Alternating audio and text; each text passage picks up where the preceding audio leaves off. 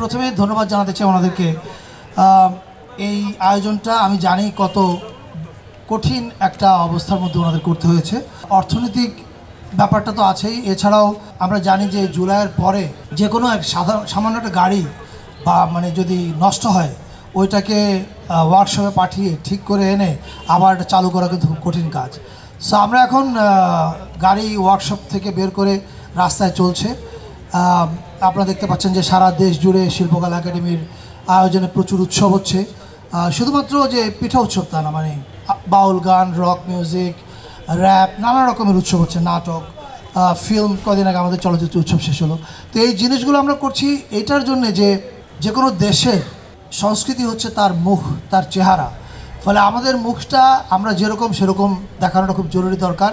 আমাদেরকে বাইরে অন্যান্য দেশ আমাদেরকে যেভাবে কল্পনা করে প্রোপাগান্ডায়, আমরা যে সেরকম না সেটা দেখানোর সবচেয়ে বড় টুলটা হচ্ছে আমার কালচারাল অ্যাসেটস, এবং সেইটা দেশব্যাপী পোর্ট্রে করার কাজ করছে শিল্পকলা একাডেমি।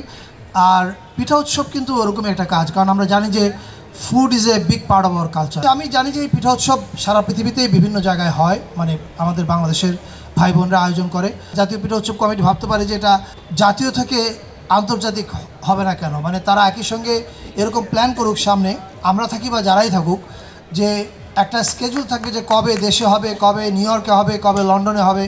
কারণ তাহলে কিন্তু আপনি আপনার কালচারকে আপনার এক্সপোর্ট করতে জানতে হবে। অ্যান্ড জাতীয় পিঠা উৎসব এ বিষয়ে একটা বড় ভূমিকা রাখতে পারে, এবং সেই ভূমিকা রাখার পরিকল্পনা করলে আমরা আশা করি যে সরকারে যারাই থাকে, আমরা বা যারা তাদেরকে সহযোগিতা করবে। আমরা সবসময়, আমি এখানে দায়িত্ব নেওয়ার পর থেকে আমরা বলেছি শিল্পকলা একাডেমি গণমুখী হবে, গণমুখী চর্চা করবে। ঘরের ভেতরে বা সেমিনার করার চাইতে আমার কাছে বেশি গুরুত্বপূর্ণ এই খোলা মাঠে মানুষের কাছাকাছি যাওয়া, এবং আমরা সারা বাংলাদেশে এরকম অনুষ্ঠান ব্যাপকভাবে আয়োজন করছি যাতে করে মানুষের কাছাকাছি যাওয়া যায়। এই পিঠা উৎসব তার একটা উৎকৃষ্ট উদাহরণ, এবং এতে অংশগ্রহণ করতে পেরে আমরা আনন্দিত। অবশ্যই প্রথম দিন যেদিন শাহ আলম বলেছিলেন, আমি বুঝেছিলাম যে এটা খুব গুরুত্বপূর্ণ এই জন্যে যে জনগণের কাছে যাওয়া যায় এই উৎসবের মাধ্যমে। কিন্তু তার সাথে আরেকটা গুরুত্বপূর্ণ বিষয় আছে, এখানে কিন্তু 5টা ইন্দ্রিয় আমরা একসাথে যুক্ত করতে পারছি এই শিল্প মাধ্যমে। পিঠা সম্পর্কে আর কী বলবো, অনেকে বলে গেছেন, আমার নতুন করে বলার কিছু নেই। তো যেহেতু এটা বাঙালির এটা উৎসব, আমাদের কিন্তু এটা ঐতিহ্যবাহী একটা অনুষ্ঠান। পিঠা উৎসব গ্রামে গঞ্জে এখনও হয়। তো এই গত 17 বছর যাবৎ আমি এটার সঙ্গে সম্পৃক্ত, এই জন্য আমি নিজেকে খুব ধন্য মনে করি, এবং আমি গর্বিত। যতদিন বেঁচে থাকবো এই পিঠা উৎসব চলতে থাকবে, এবং আমি যতদিন বেঁচে থাকবো এর সঙ্গে জড়িত থাকবো।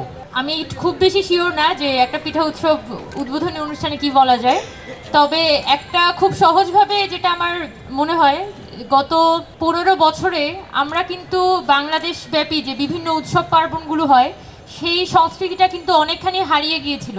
এই যে সাধারণ মানুষ যে স্বতঃস্ফূর্তভাবে অংশগ্রহণ করে, সাধারণ মানুষ যে নিজ উদ্যোগে তারা বিভিন্ন ধরনের উৎসবগুলো আয়োজন করে, এটা কিন্তু 5 আগস্ট পরবর্তী সময়ে খুবই স্বতঃস্ফূর্তভাবে হচ্ছে।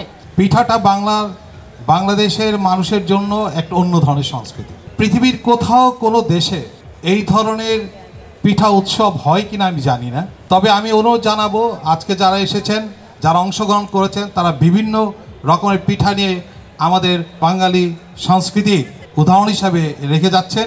এটা যেন সারা বাংলাদেশ ব্যাপী ছড়িয়ে পড়ে, এবং আমরা যেন সবাই আমাদের এই সংস্কৃতিকে বাঁচিয়ে রাখতে পারি। এই ধন্যবাদ জানিয়ে সকল থেকে বিদায় নিচ্ছি।